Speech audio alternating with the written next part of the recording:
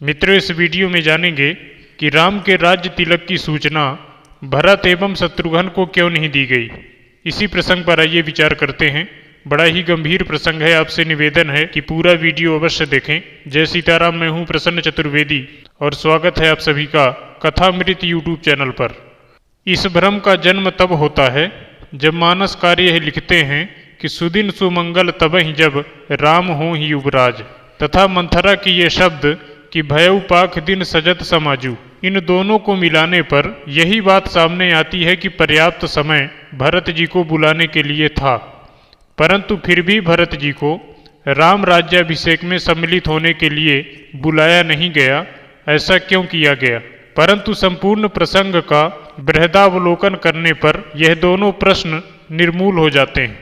कुल मिलाकर इस भ्रम के निराकरण में एक ही बात सामने आती है कि भरत जी को बुलाने के लिए समय बिल्कुल नहीं था, क्योंकि मानस के सभी पात्रों के अनुसार राम के राज्य तिलक की बात प्रायः बेगी और विलंब शब्द के साथ ही कही गई है। श्री राम का राज्य तिलक किस दिन हो, इसका उल्लेख तो मानस में नहीं है, परंतु इतना तो अवश्य ही लिखा है कि बेग विलंब न करी नृप साजिए सबई समाज, सुदिन सुमंगल तबहि जब राम हो ही युवराज। इन दोनों पंक्तियों में से प्रथम पंक्ति के प्रथम और दूसरे शब्द बेगी एवं विलंब इस बात को सिद्ध करते हैं कि अत्यल्प समय था। यद्यपि समय और दिन का निर्धारण तो दूसरी पंक्ति में नहीं है, फिर भी विलंब न करके जल्दी राम को राज्य देने की बात कही गई है। और इसी से यह सिद्ध है कि राम राज्याभिषेक में इतना समय नहीं था कि भरत को बुलाया जाए। अब यदि इस शब्द से कोई बेग और विलंब न करिए से भी कोई संतुष्ट नहीं होता, तो उसे आगे भी देखना चाहिए। महाराज दशरथ गुरुवर वशिष्ठ की आज्ञा कि राजन विलंब नहीं, जल्दी करिए। दशरथ जी सुनकर वापस आते हैं और तुरंत मुदित महीपत मंदिर आए, सेवक सचिव सुमंत्र बुलाए। दशरथ जी प्रसन्न चित अपने महल में आते हैं और सेवक तथा मंत्रीवर सुमंत्र से अपनी इच्छा प्रकट करते हैं। दशरथ की बात सुनते ही सेवकों ने दशरथ जी से कहा कि जग मंगल भल काज विचारा, बेगी नाथ न लाइय बारा। यहाँ पर भी बेगी नाथ न लाइय बारा ये जो शब्द हैं समय की अल्पता को स्पष्ट करते हैं। और भी देखें, दशरथ जी ने राज्याभिषेक हेतु आवश्यक सामग्रियों को तथा अन्य प्रसाधनों को मुनिवर की आज्ञा के अनुसार लाने के लिए जब सेवकों को निर्देश दिया तो कहा कि कहु भूप मुनिराज कर, जोई जोई आयसु होई, राम राज अभिषेक हित बेगी करऊ सोई सोई। यहाँ पर तीसरी बार भी बेगी शब्द आया है। गुरुदेव से जब सेवकों को आज्ञा मिली तो सभी प्रकार की तैयारियां प्रारंभ हो गईं। यहाँ तक मुनिवर की आज्ञा अनुसार कार्य होने की बात का उल्लेख करते हुए मानसकार ने लिखा है कि जो मुनीस जहीं आयसु दीन्हा, सोते ही काज प्रथम जनु कीन्हा। यहाँ पर भी प्रथम जनु कीन्हा से स्पष्ट है कि सेवकों ने कार्य करने में भी अत्यंत शीघ्रता दिखाई। गुरुवर वशिष्ठ जी ने राम को भी अभिषेक की सूचना देते हुए कहा था कि राम करहु सब संजम आजू, जौ विधि कुशल निवाहें काजू। यहाँ पर भी आजू शब्द शीघ्रता के कारण ही आया है। इसके अतिरिक्त नगर वासियों द्वारा परस्पर होने वाली बातों से भी यह स्पष्ट हो जाता है कि भगवान राम का राज्याभिषेक प्रातः काल ही होना निश्चित था। हाट बाट घर गली यथाई, कहीं परस्पर लोग लुगाई, काली लगन भल केतिक बारा, पूजहि विधि अभिलाष हमारा। कनक सिंहासन सीय समेता, बैठे ही राम होई चित चेता, सकल कहीं कब होई ही काली, विघन मनावहि देव कुचाली। तो इस चौपाई में काली और काली शब्दों से यह सिद्ध होता है कि वास्तव में राम का राज्य तिलक होने का मुहूर्त प्रातःकाल अर्थात दूसरे दिन ही निश्चित था। यदि ऐसी बात न होती तो नगरवासी ऐसा क्यों कहते? यह संयोग ही था कि जिस दिन राजा दशरथ जी ने अपने कानों के पास के बालों को सफ़ेद होते देखा और गुरुदेव जी से सभी बातें बताई, तो सौभाग्यवश उसी दिन ठीक दूसरे दिन में योग लग्न ग्रहवार और तिथि आदि सभी कुछ राज्याभिषेक के अनुकूल था। अर्थात इनकी अनुकूलता में ही चक्रवर्ती सम्राटों का राज्य तिलक संपन्न होता है। ऐसा संयोग भी बहुधा नहीं आता। यह अचानक अर्थात संयोग बस ही हुआ था कि दूसरे दिन ही सभी इच्छित शुभ मुहूर्त सुलभ थे। तभी तो सभी तैयारियां तुरंत प्रारंभ हो गई थीं। बेग शब्द का बार बार आना इस बात को सिद्ध कर देता है कि भरत को बुलाने का पर्याप्त समय नहीं था। दशरथ जी ने उस समय यही सोचा होगा कि राज्याभिषेक संबंधित महोत्सव तो बाद में भी मनाया जा सकता है, परंतु यह शुभ मुहूर्त यदि हाथ से निकल जाएगा तो फिर राम का राज्य तिलक होने में अनावश्यक विलंब होगा।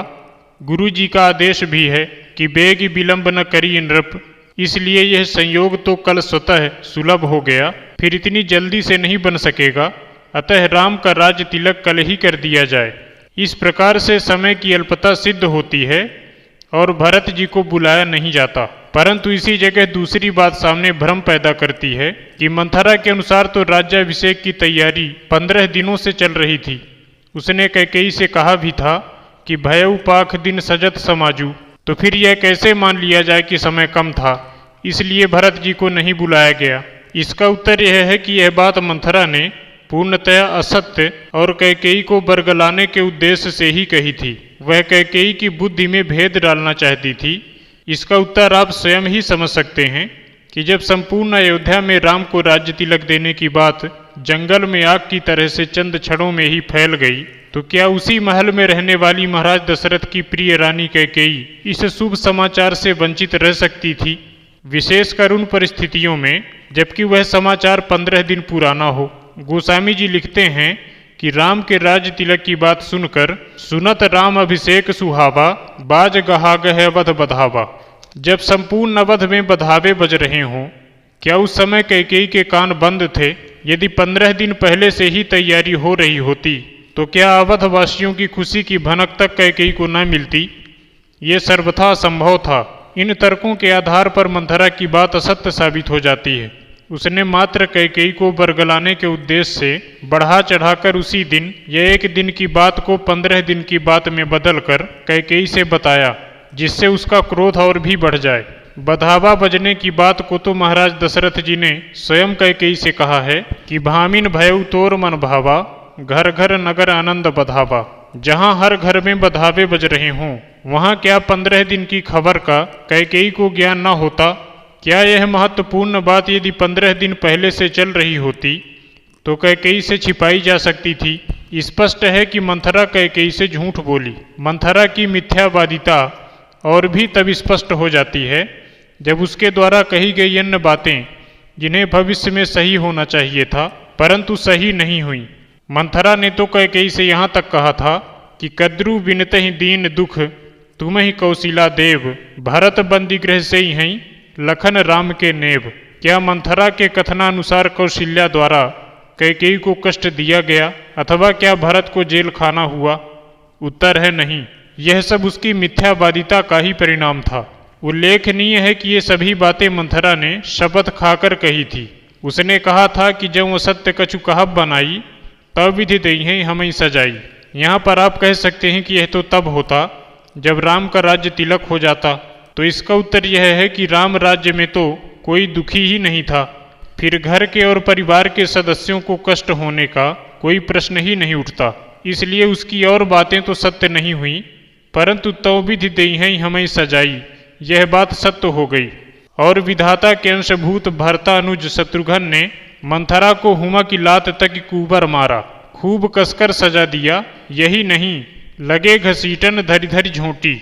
उसे झूठ बोलने का फल तो मिल ही गया, विधाता ने उसके झूठ बोलने का फल उसे दे ही दिया। इस प्रकार से मंथरा द्वारा कैकेयी से कही गई सभी बातें प्रायः सत्य ही सिद्ध होती।